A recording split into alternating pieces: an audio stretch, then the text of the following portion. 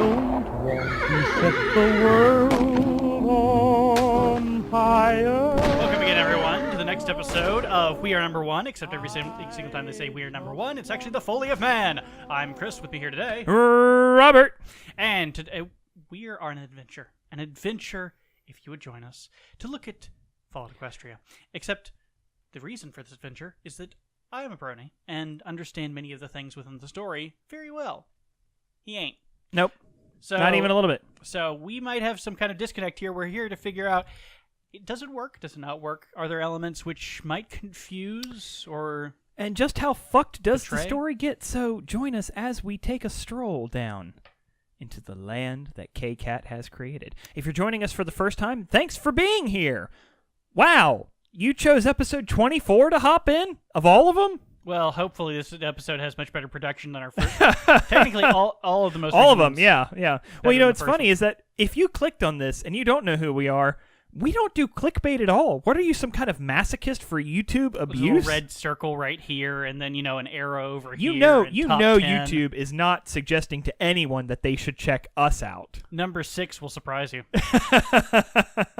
Or it's a picture of us on the front with an explosion in the background and some pizza with like weird shit on it. We're like, things you didn't know. Okay, today we'll be looking at chapter 27. Distress signals. Yes, and would you like to read? Sure. When the walls come tumbling down, when you lose everything you have always have, you always oh, sorry.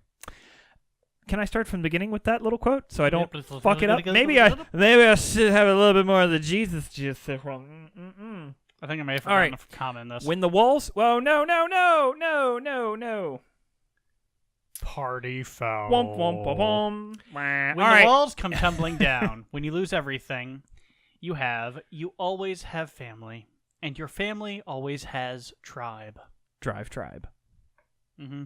Which is good because I never actually played Tribe very much when it was really popular, so I couldn't say much about it. But it's good that my entire family originally really popular in the 90s? I seem to remember a friend of mine's dad who was into computers. Yeah, I mean, it was I don't even remember what the story of Tribe is. And then they tried, from, I remember there was like cyborgs. They were like robots, and you had these parachutes on your back that you could like hover around. And you slid all over the fucking place. Yeah, you could. Well, and then they tried to remake the game. With Tribe 2. And it was manic is the best word for it. Yeah, because it's like Tribe. It's just something that didn't really hold up with time. Yeah. It's very... I mean, everybody likes talking about the early days of Quake shooter, or Quake multiplayer. But were you quaking in your boots? I don't know how many people play it now. Quaking honestly. in your boot ram. It doesn't seem like a majority thing.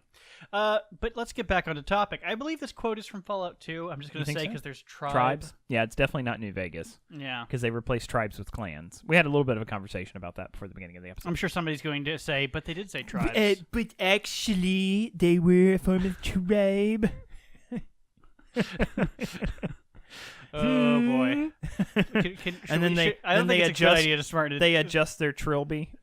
I don't think it's a good idea to start insulting the audience when we have that's all right. 3 people who talk to us in the comments. Oh, womp womp. Unless it's somebody who doesn't comment and they get so mad that they do comment, please do.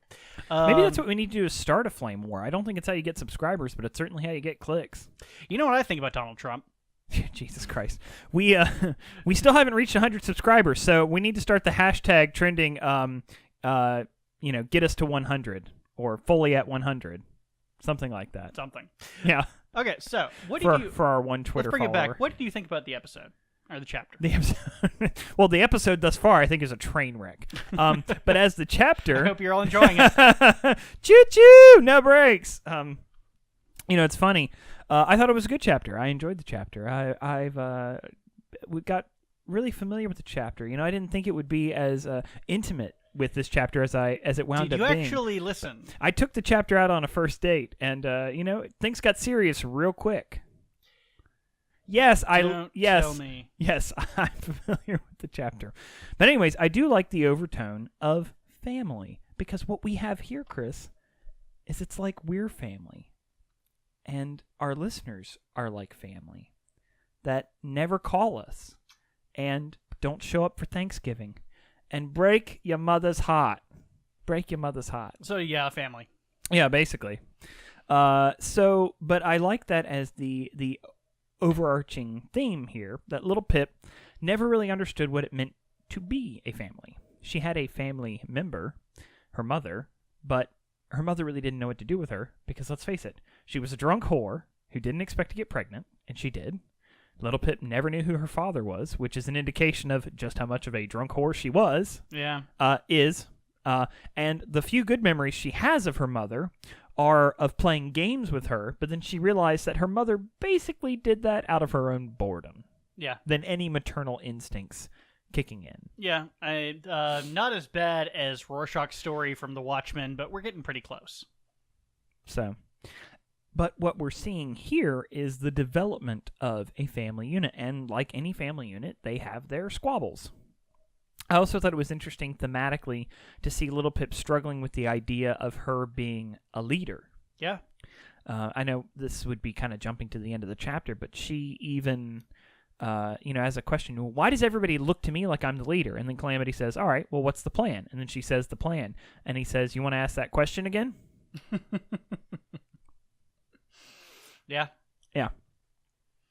Because you are the leader. Sometimes her plan sucks, though. Yeah, well, as we learned in the last chapter. I do love the line that Zenith says, I see why they call you Calamity. Because he was the one who's like, we'll just sell the unexploded bomb to New Appaloosa. What's wrong with that? You mean New Appaloosa that got all of its infrastructure from Red Eye and owes him got a their great water deal? talisman from Red Eye, who actively trade with slavers. Yeah, that guy. Nothing wrong with that. Nah. No big deal in BD. All right, so let's try and actually go through what happens into the chapter. So we also find out that Steel Hooves is a little racist, but we already kind of knew that, being a member of the Brotherhood of Steel. But I love the quip that Velvet Remedy has in this chapter to him. She says to Zenith something to the effect of, we don't want anyone in our midst that consumes the flesh of other ponies. Goes mad and consumes the flesh of other ponies. And oh, wait, that's a ghoul. And not Zenith a zebra. And she's like, wait, you think I eat the flesh of... Yeah, Zenith is completely out there, because of course... And this is actually pretty good writing on K-Cat's part, because she could completely gloss over the fact that Zenith doesn't know anything about Steel Hooves being a ghoul. Right, and Zenith acts accordingly, like, what are you trying to say? But I'm confused about your inference here. It really puts Steel Hooves in his place. Yeah. As a ghoul. Yeah, it makes him take a little bit of a step back. And even though he's a member of an organization where literally he wouldn't be allowed, it was a nice little touch. We find out that Pip's injuries were quite bad. And so Velvet Remedy is healing those especially, and was pleased with Zenith that she didn't try and mend Pip ahead of time because it would have put the bones in the wrong place and all sorts of things. She mentions Velvet Remedy's mother doctor role several times in this. Yeah, where Velvet Remedy gets very motherly towards the group, just kind of an affectation of her character. Yeah, which is cool. And then they kind of talk a little bit about. Red Eye, his role in all of this. Talk to Calamity. This is why it's such a great chapter, is because there's a lot of character dialogue, which usually could just completely and totally bog down many stories, but there's enough that we need to cover again that it makes it interesting. So you get Calamity's views on Red Eye and how he understands dictatorships due to the Enclave, who work in a very similar fashion. Yeah. We also get a transmission. Calamity fixes a radio near them, and we get a transmission from Tin Pony Tower from DJ Pony, an update about their excursions, and she casts the story as like a story of success and destroying all these things of Red Eyes. And such, but it really was kind of a calamity. Good things happened, and now they can broadcast into Philadelphia. The DC wasteland. Yeah, exactly. From the Washington. I know. Well, it wouldn't work as a fanfic if there weren't parallels. Yeah. So, but anyways, but he even says, and I have a letter to Little Pip, the Vault Dweller, from my assistant Homage. and reads the letter out loud over the radio, and it's basically like, ooh baby, I miss you. You need to be back so I can give you all these Yeah, I I even think wrote in the notes. I think we'll leave humiliates the rest Pip. off for the listeners. Humiliates Pip on national radio. The FCC censors are furious. Yeah, none of those. The They're Foally all communication. The Equestrian Communication Commission, also known Here, as let's Ministry do of Image. let's do a segment like we're NPR. On today's episode of The Foally of Man, Chris I will want detail. to talk to you about the efficacy of this action when brought to the... Are your horseshoes slowly killing you? More in the next 10 minutes. This has been National Pony Radio. Dee-dee-dee-dee. You gotta have like a little chime noise. Ding. Sorry, I don't want to put you all to sleep. But anyway, so there's a little bit of embarrassment there. And then we also, this whole time, Zenith in the background is kind of, is cooking a potion. Mm-hmm. And we don't know what it is. But it smells good. Spicy, sweet, fragrant. Something interesting. Yeah. And essentially, Little Pip has to confront Steelhooves, because one of the things that they're talking about is that they have to go back to the... Brotherhood. Right, yeah, to the Brotherhood. Steel Rangers. I was just trying to remember the name of the tower that they're in, the Ministry of... Oh, it's the Vault Tech headquarters. Yeah, Vault Tech headquarters, sorry. Yeah. And also the home of Vault Zero. Yep. As we find out. But Little Pip kind of puts Steelhooves in his place. You know, if I'm going to be the leader, he's a soldier. Soldiers take commands. I'm going to tell him that this is what we're doing. We're together, and you have to love her whether you like it or not. Or you're leaving. Or you're leaving. And he doesn't want to leave. He has his own reasons. He wants to stay. Little Pip gives people options to go, even with Zenith, you know, and we find out a little bit about Zenith's background, that she and her family, they're descendant from vault dwellers, from a vault specifically, Vault 3? Yep, Stable 3. Sorry, Stable 3. That was essentially a 50-50 split of zebras and ponies, and more interestingly enough, it had 2 overmares. Yep, one zebra, and one pony. And apparently they lived in harmony from all the stories that we told. Yep, it actually worked just fine because there is actually no born animosity between them genetically. It's just cultural and historical. Right. Let's see here. What am I? Which is brought up much later in the in the last of the chapter. And there's some weird exchanges.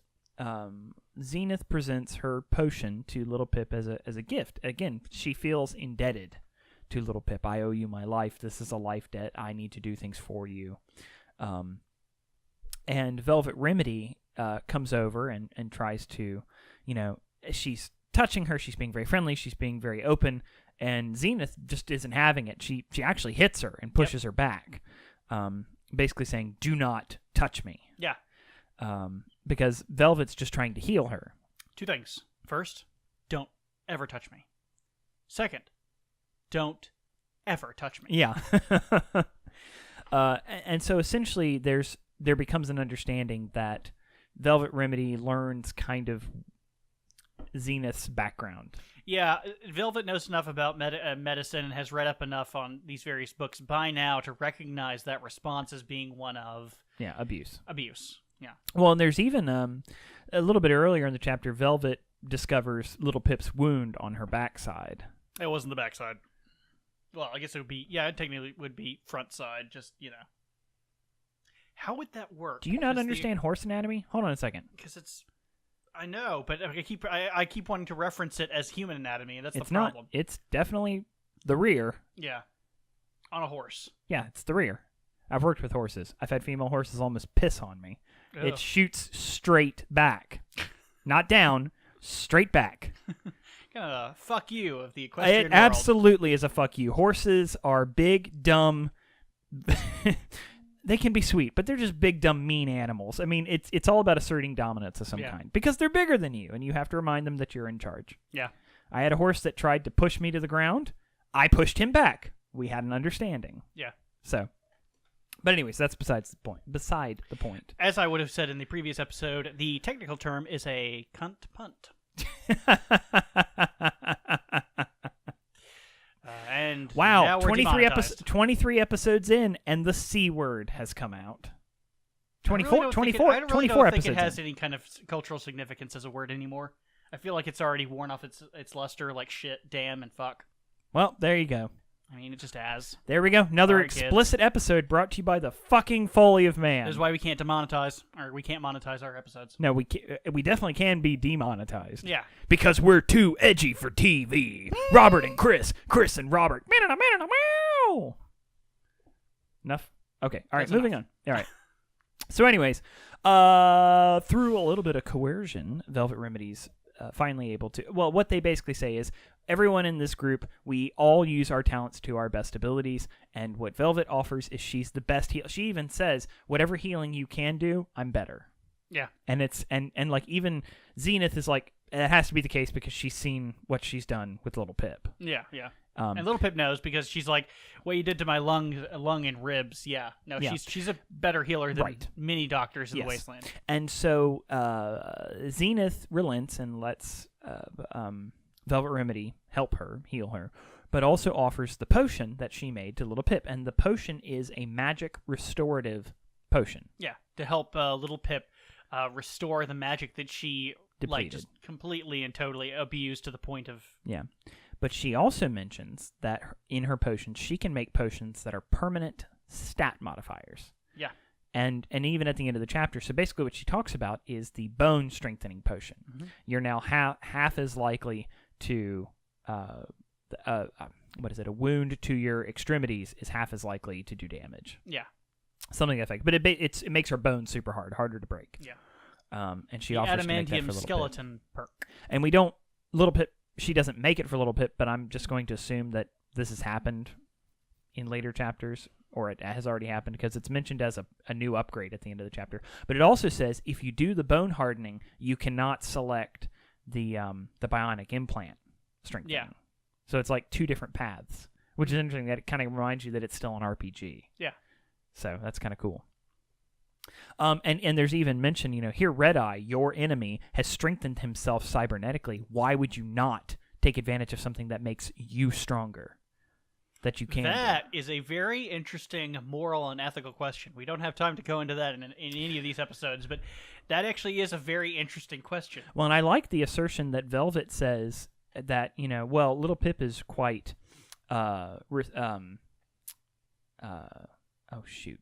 reacts negatively to zebra magics and concoctions. She was referencing the PTMs. PTMs. Right, obviously. But she's like, well, how dare you would assume that I would give her something that is addictive, and that if I did, that it would be an amount that would make it addictive. Yeah. It would be addictive. It's like, I know what I'm doing. Yeah. This is not just some candy you find on the streets. Mm-hmm. Which I thought was really interesting. Okay. Oh, yeah. The mention of the Pony Tomic. Oh, yes, the Pony Tomic. Yeah, you picked up on that, too. That was going to be the Pony Pun of the Week, but it's not the Pony Pun of the Week. But we're not at the Pony Pun of the Week.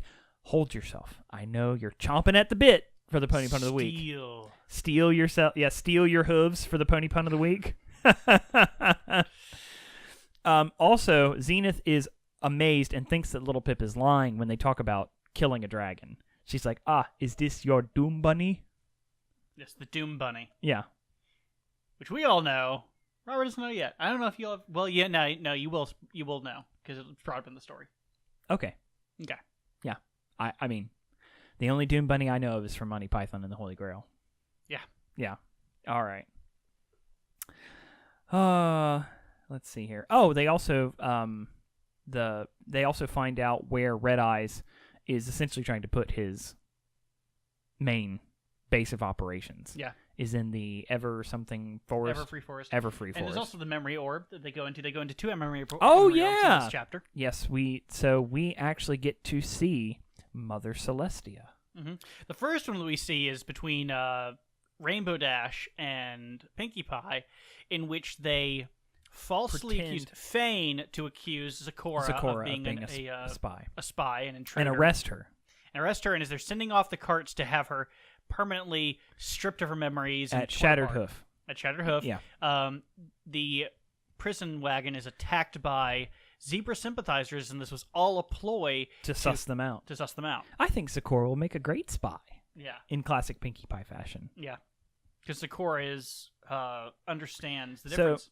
We've mentioned before of all the original cast members, like what pony you would be, and I think you said you would be Rainbow Dash. Yeah. You'd want to be. I don't think you're as aloof as Rainbow Dash is, but I definitely think I'm like Pinkie Pie.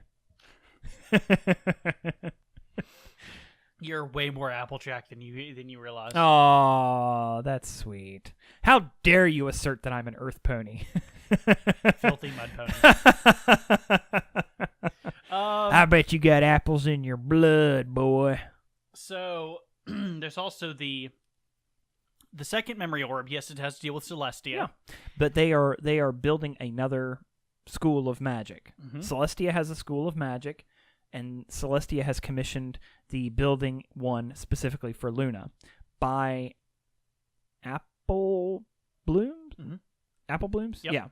Yeah, because Apple Blooms is talking about how, her designs are getting enough attention that Scootaloo has talked to her. Singular. Apple Bloom? Mhm. Apple Bloom. Well, what if she has MPD? All of them Apple Bloom. It'll be an apple tree. I was born in 3 stables. Oh boy. So yeah, no, they talk about that and how they bring up how that led to an escalation of conflict in the war. Yep.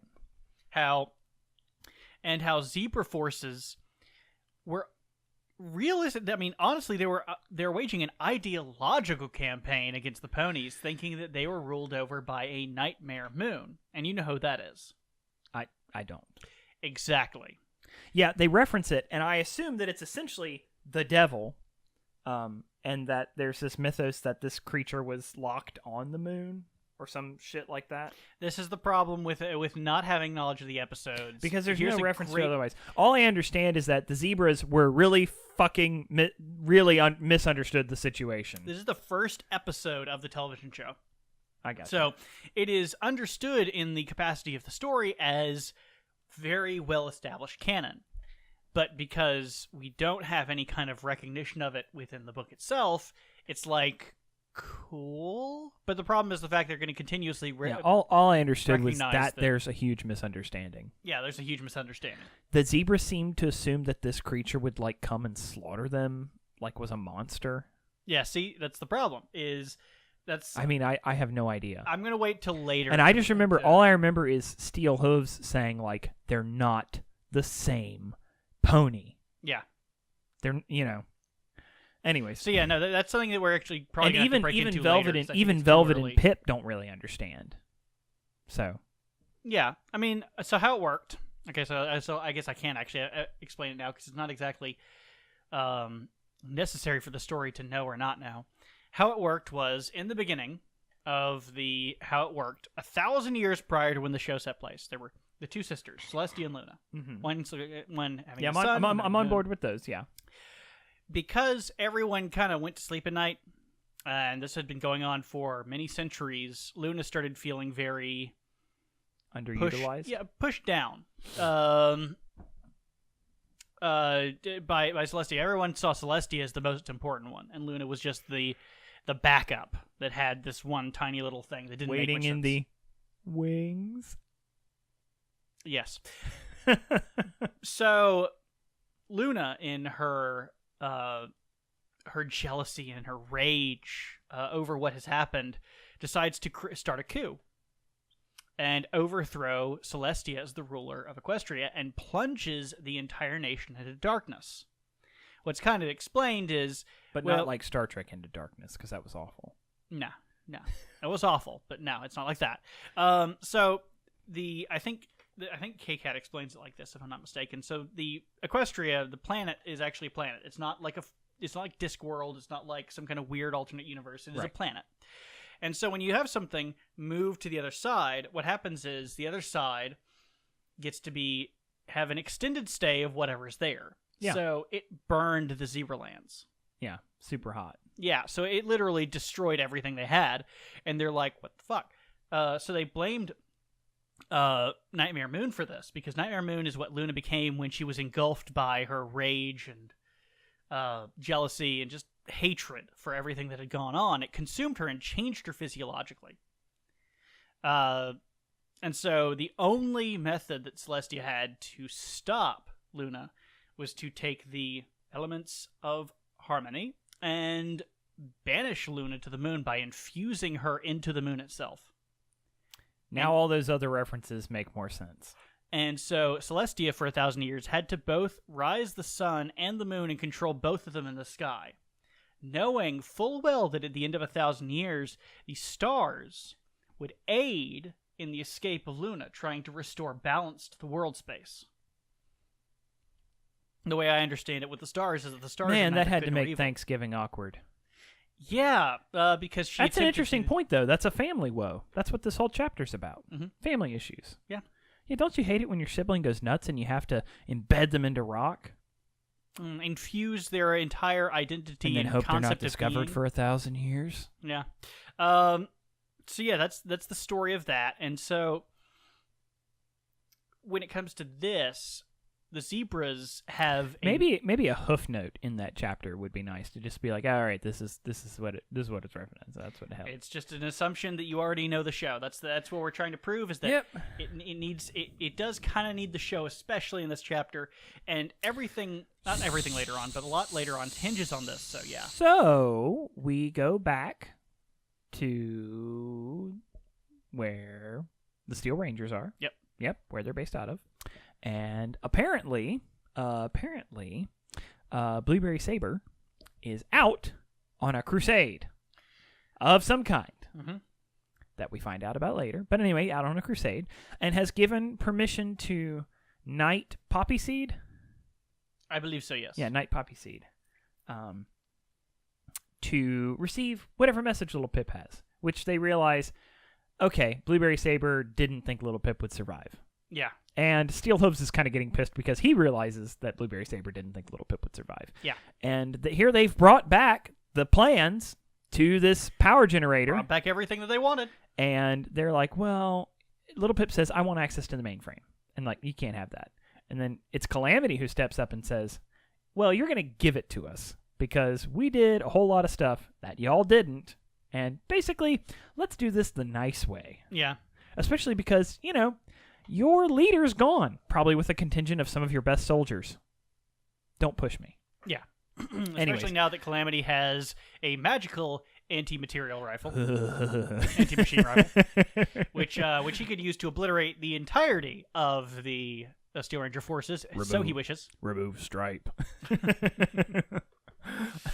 I just love that Night Poppy Seed says, permission to speak freely? No. I love that even Steel Hooves is like, in the absence of the Elder Mayor. Not the Elder Mayor. Yeah, Elder Mayor. Mm-hmm. As Star Paladin, I'm the senior officer. Move. Yeah. He's just pulls rank. Not having it. Yeah. Yeah. That's where we actually see Apple Bloom in the unfinished Stable Zero. Mm-hmm. Stable Zero was actually a location in the Fallout universe, Vault Zero. I think it was Tactics that talked about it. It might have been Fallout 1. I never played that much of Fallout 1. I played a lot of Fallout 2. But there's a massive difference between Vault Zero and Stable Zero. But that's for another time. But we find the remains of Apple Bloom as she just attempted to cower in there when the bombs hit Philadelphia. There wasn't even a door on it, and she knows that she's going to die. Yeah, and it's it's really depressing. Yeah, it's pretty dark. Yeah, and even Little Pip comments that she had to be roused out of her crying to go back to Steel Hooves. We also find out about the zebra massacre at Little Horn, which is where that's where Luna's school. Yep. Yeah, Luna's school of magic was, and basically the zebras just killed everyone. Oh yeah, because what happened is a zebra convoy ran into the area looking for shelter. They thought it was an invading force, so they attacked it, and they were like, "Oh shit, we killed innocent people." And then one zebra butchered the entire place, and started an ideological war. And you can't. It's very difficult fighting that kind of war and succeeding. It's very strange. Before I forget, we also find out about Stable 3 that the reason it failed, they just assumed, like, how did you get here, Zenith? What was wrong with your vault? And she said, nothing was wrong with my vault. Everything was great. But it was in Canterlot.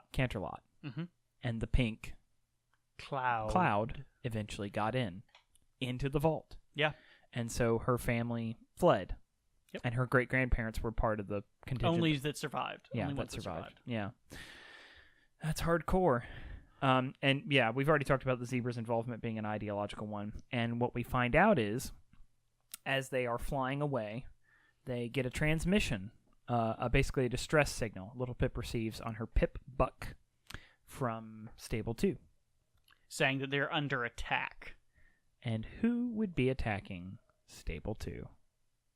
Now we find out about Steelhooves' Prime Directive. The Prime Directive, which was kind of hinted at in the previous chapter. Yeah, he said that I was sent to study you. Yeah, because was sent to see... Because you're so competent. Yeah, sent to see that the stable is of enough order to where they can take it over. And obviously there's technology in there that they want. And Steelhooves didn't want it. He didn't want Calamity, who is exhausted, I mean, he's visibly tired flying. Once he hears this, he banks and immediately heads towards Stable 2, and he says, Steelhooves, you better figure something out fucking quick, because when we get there... I'm killing a whole bunch of Steel Rangers. Yeah, he just tells him. I mean, I think Steelhooves understands that as well, knowing what he knows now. And he's always been a renegade within the Brotherhood. And now here is the decision. Because here's the turning point. Mm-hmm. Will he fall in line, or will he stand for what he knows is right and what is wrong? Mm-hmm.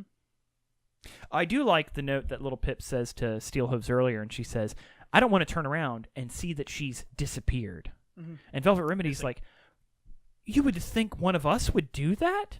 But the Velvet Remedy doesn't know Steelhooves like Little Pip does. Two accounts. One in the past when he looked at the person who was involved with Applejack's attempted murder. Yeah. Where he just blatantly pushed someone over the edge of a building. Oops. And then there was and then there was the time where he took the sheriff of Tin Pony Tower down to the basement to show him the ghoul forces population firsthand. Yeah. He introduced him quite personally. Yes. But, the sheriff sacrificed his life to save the lives of so many. God bless him. It was his last act. What a valiant act. He died a hero. So that's where we end, is with the invasion of Stable 2 by the Steel Ranger forces. Do you smell something? That fresh, sweet, manure-like scent of the Pony Pun of the Week!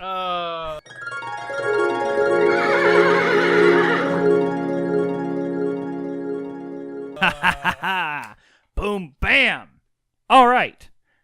Chris, the Pony Pun of the Week is malcontents.